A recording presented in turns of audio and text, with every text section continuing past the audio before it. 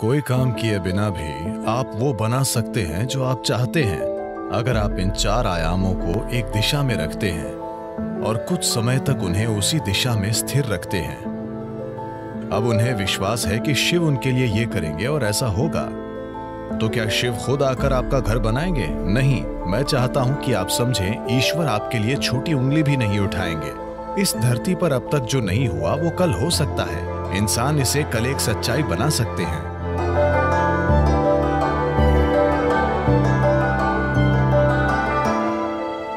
इस धरती पर इंसान ने जो कुछ भी बनाया है वो मूल रूप से पहले हमारे मन में बना था। वो सब जो आप देखते हैं, जो इस धरती पर इंसान ने किया है, पहले वो मन में बना था, फिर वो बाहरी दुनिया में बना। इस धरती पर जो अद्भुत चीजें हमने की हैं और इस धरती पर जो भयानक काम हमने किए हैं, वे दोनों ही इंसान के मन से आए हैं। तो अगर हमें चिंता है कि संसार में हम क्या बना रहे हैं, तो ये बहुत महत्वपूर्ण है कि सबसे पहले हम अपने मन में सही चीजें बनाना सीखें कि हम अपने मन को कैसे रखते हैं। अगर हम अपने मन को अपने तरीके से रखने की शक्ति नहीं रखते, तो दुनिया में हम जो बनाते हैं वो भी बहुत संयोग से और उल्टा सीधा होगा। तो अपने मन को अपने तरीके से बनाना ही दुनिया को अपने तरीके से बनाने का आधार है। योग विद्या में एक अद्भुत कहानी है। एक दिन एक आदमी टहलने निकला। वो लंबी सैर के लिए गया। संयोग से अनजाने में वो स्वर्ग में चला गया। सौभाग्य है ना? वो बस टहलते हुए स्वर्ग जा पहुंचा। इस लंबी सैर के बाद वो थोड़ा थक गया था, इसलिए उसने सोचा, अरे मैं थक गया हूं, काश मैं कहीं आराम कर सकता। उसने चारों ओर देखा। वहां एक अच्छा पेड़ था जिसके नीचे बहुत ही गद्देदार घास थी। वो सब इतना अच्छा था कि वो गया और वहीं लेटकर सो गया। कुछ घंटों के बाद वो जागा। अच्छी तरह से आराम मिल चुका था, तो उसने सोचा, अरे आराम तो मिल गया, पर मैं भूखा हूं, काश मेरे पास खाने के लिए कुछ होता। और उसने उन सभी अच्छी चीजों के बारे में सोचा जिन्हें वो अपने जीवन में खाना चाहता था, और तुरंत ही वे सारी चीजें उसके सामने आ गईं। आपको यह समझने की जरूरत है कि वहां की सेवा ही ऐसी है। भूखे लोग सवाल नहीं पूछते। खाना आया और उसने खाया। पेट भर गया। फिर उसने सोचा, अरे मेरा पेट भर गया है, काश मेरे पास पीने के लिए कुछ होता। सभी अच्छी चीजें जो वो पीना चाहता था, उसने उनके बारे में सोचा और वे सभी उसके सामने आ गईं। पीने वाले भी सवाल नहीं पूछते, तो उसने पी लिया। अब थोड़ी शराब अंदर जाने के बाद, आपको पता है चार्ल्स डार्विन ने कहा था, आप सब बंदर थे, आपकी पूंछ गिर गई। मैंने नहीं, चार्ल्स डार्विन ने बताया कि आप सभी बंदर थे और आपकी पूंछ गिर गई और फिर आप इंसान बन गए। हां, पूंछ जरूर गिर गई, लेकिन बंदर जो मन स्थापित नहीं होता, उसे योग विज्ञान में हमेशा मरकट कहते हैं, क्योंकि मरकट का मतलब बंदर होता है। हम मन को एक बंदर क्यों कह रहे हैं? एक बंदर में क्या गुण होते हैं? बंदर के बारे में एक बात यह है कि वो बेवजह हिलता डुलता रहता है। बंदर के बारे में एक और बात है, अगर मैं कहता हूं आप किसी को देखकर बंदर की तरह कर रहे हैं, इसका क्या मतलब है? नकल करने वाला। बंदर और नकल, ये दोनों शब्द एक ही मतलब रखने लगे हैं। तो बंदर के ये दो बुनियादी गुण वाकई ऐसे मन के गुण भी हैं जो स्थापित नहीं है। गैर जरूरी हिलना डुलना, आपको ये बंदर से सीखना जरूरी नहीं है, आप बंदर को ये सिखा सकते हैं। और नकल, मन हर पल नकल करता रहता है। तो जब ये दोनों गुण होते हैं, तो एक मन को बंदर कहा जाता है। तो ये बंदर उसके अंदर सक्रिय हो गया। उसने इधर उधर देखा और सोचा, ये क्या हो रहा है? मैंने खाना मांगा, खाना आया। मैंने पीने के लिए मांगा, शराब आई। यहां चारों ओर भूत होंगे। और भूत आ गए। अरे भूत आ गए, वे मुझे घेरेंगे और मुझे यातना देंगे, उसने सोचा। तुरंत भूतों ने उसे घेर लिया और उसे मारने पीटने लगे। फिर वो दर्द से चीखने लगा और बोला, अरे वे मुझे मार देंगे, और वो मर गया। अभी उसने कहा था कि वो भाग्यशाली है। समस्या ये है कि वो कल्प वृक्ष के नीचे बैठा था। उसने खाना मांगा, खाना आ गया। उसने पीने के लिए कहा, शराब आई। उसने भूतों की बात की, भूत आए। उसने पिटाई मांगी, पिटाई मिली। और उसने मौत मांगी, वो मर गया। अब जंगल में इन कल्प वृक्षों की तलाश में मत जाना। इन दिनों मुश्किल से एक पेड़ दिखता है। एक अच्छे से स्थापित मन, एक मन जो संयुक्ति की स्थिति में होता है, उसे कल्प वृक्ष कहते हैं। अगर आप अपने मन को संगठन के एक निश्चित स्तर तक व्यवस्थित करते हैं तो ये पूरी प्रणाली को व्यवस्थित करता है। आपका शरीर, आपकी भावना, आपकी ऊर्जा, सब कुछ उसी दिशा में व्यवस्थित हो जाती है।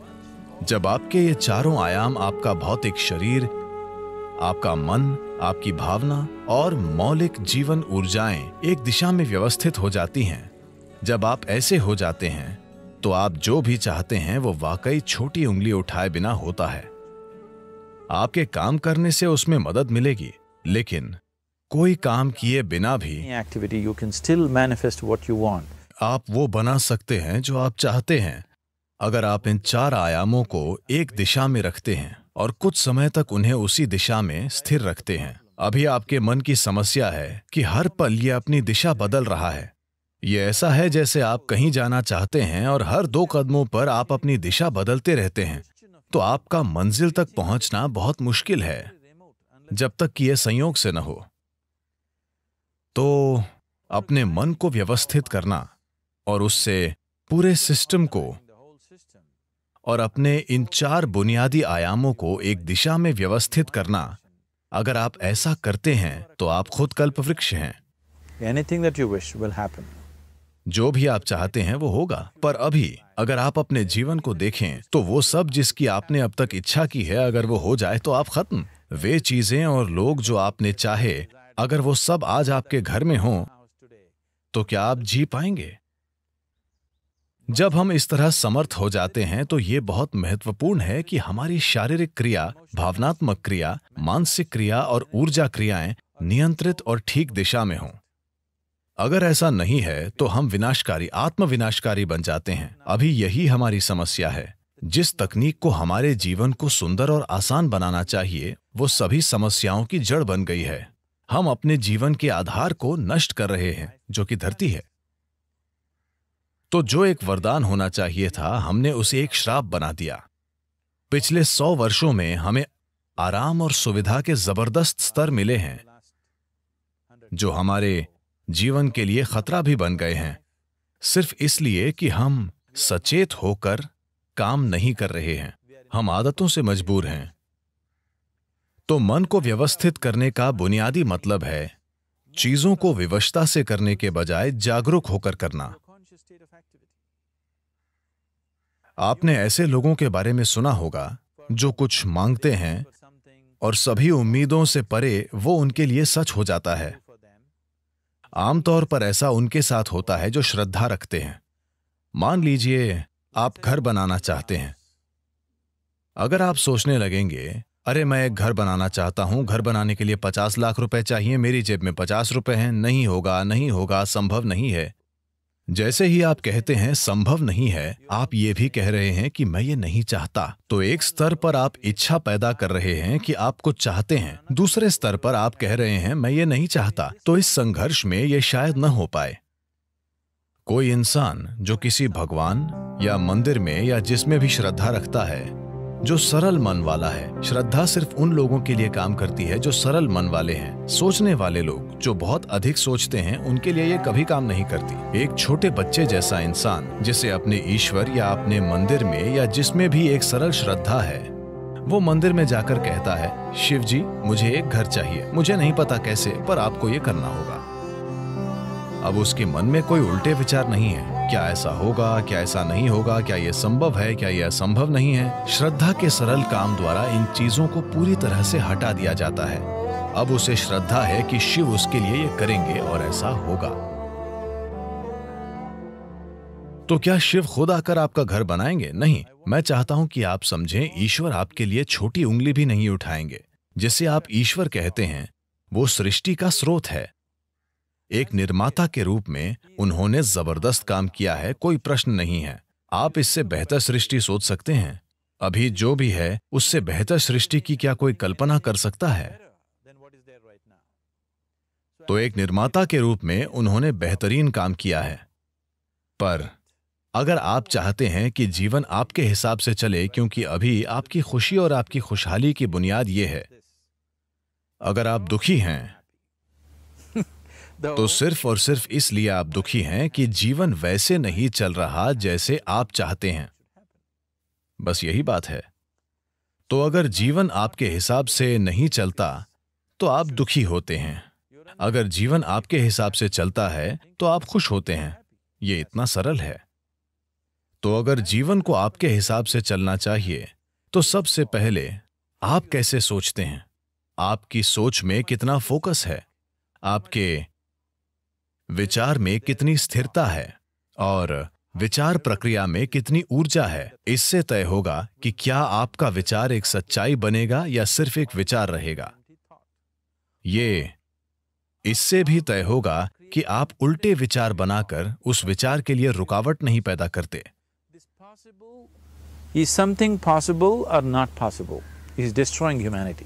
क्या ये हो सकता है या नहीं, ये मानवता को नष्ट कर रहा है। क्या संभव है और क्या असंभव, ये देखना आपका नहीं, प्रकृति का काम है। आपका काम है मनचाही चीज पाने के लिए मेहनत करना। अभी आप यहां बैठे हैं। अगर मैं आपसे 2 सरल प्रश्न पूछूं, मैं चाहता हूं कि आप बस सुने और उत्तर दें।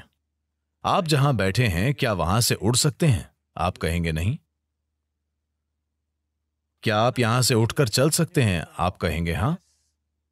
इसका आधार क्या है कि आप उड़ने के लिए नहीं और चलने के लिए हां कहते हैं? आधार है जीवन का अनुभव। कई बार आप उठकर चले हैं, कभी उड़ान नहीं भरी।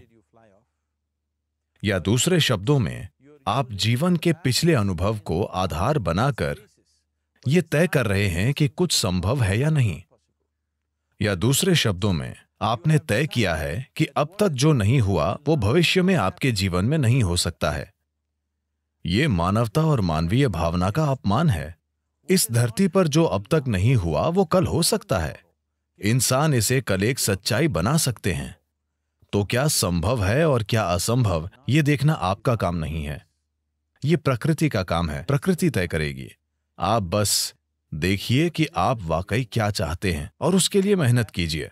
और अगर आपका विचार एक शक्तिशाली तरीके से तैयार होता है, बिना किसी उल्टे विचारों के, कोई ऐसे उल्टे विचार न हो जिनसे विचार प्रक्रिया की तीव्रता कम हो जाए। सबसे पहली और महत्वपूर्ण बात यह है कि आपको स्पष्ट पता होना चाहिए कि आप वाकई क्या चाहते हैं। अगर आप नहीं जानते कि आप क्या चाहते हैं तो उसे बनाने का सवाल ही नहीं उठता।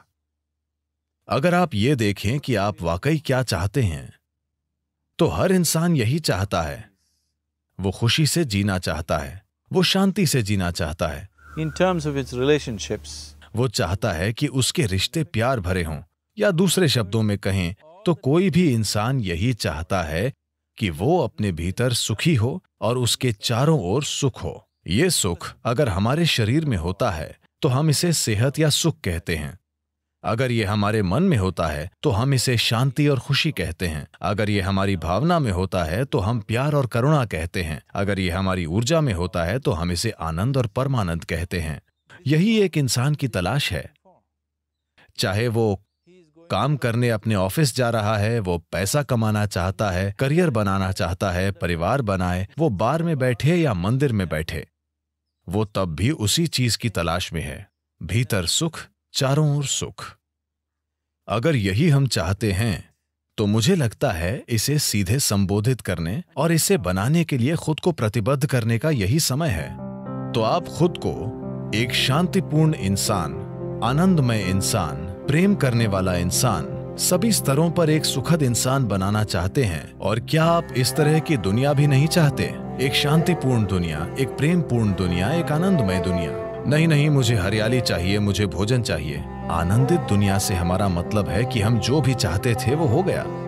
आप इसी की तलाश कर रहे हैं, तो आपको यही करने की जरूरत है कि अपने और अपने आसपास के लोगों के लिए एक शांतिपूर्ण, आनंदमय और प्रेमपूर्ण दुनिया बनाने के लिए प्रतिबद्ध हो जाएं।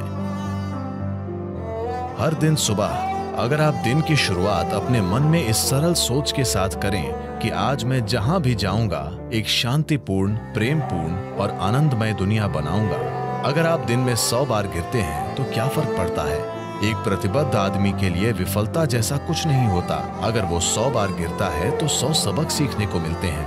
अगर आप खुद को कुछ वाकई अच्छा बनाने के लिए प्रतिबद्ध करते हैं तो आपका मन व्यवस्थित हो जाता है। जब आपका मन व्यवस्थित हो जाता है तो आपकी भावना व्यवस्थित हो जाएगी। भावना का संबंध विचार से है। जब आपका विचार और भावना संगठित हो जाती हैं तो आपकी ऊर्जाएं उसी दिशा में व्यवस्थित हो जाएंगी। जब आपके विचार, भावना और ऊर्जा व्यवस्थित हो जाएंगे तो आपका शरीर व्यवस्थित हो जाएगा। जब ये चारों एक दिशा में व्यवस्थित हो जाते हैं तो आप में मनचाही चीज बनाने और प्रकट करने की जबरदस्त क्षमता होगी। आप कई मायनों में ईश्वर होंगे। जो सृष्टि का स्रोत है वो आपके जीवन के हर पल में आपके अंदर काम कर रहा है। बात सिर्फ ये है, क्या आपने उस आयाम तक पहुंच बनाई है या नहीं? अपने जीवन के 4 मूल तत्वों को व्यवस्थित करके आपको वो पहुंच मिलेगी। ऐसा करने के लिए साधन और तकनीकें हैं। योग का पूरा विज्ञान, पूरी तकनीक जिसे हम योग कहते हैं, वो बस यही है, खुद को सृष्टि के एक टुकड़े से सृष्टा बनाना।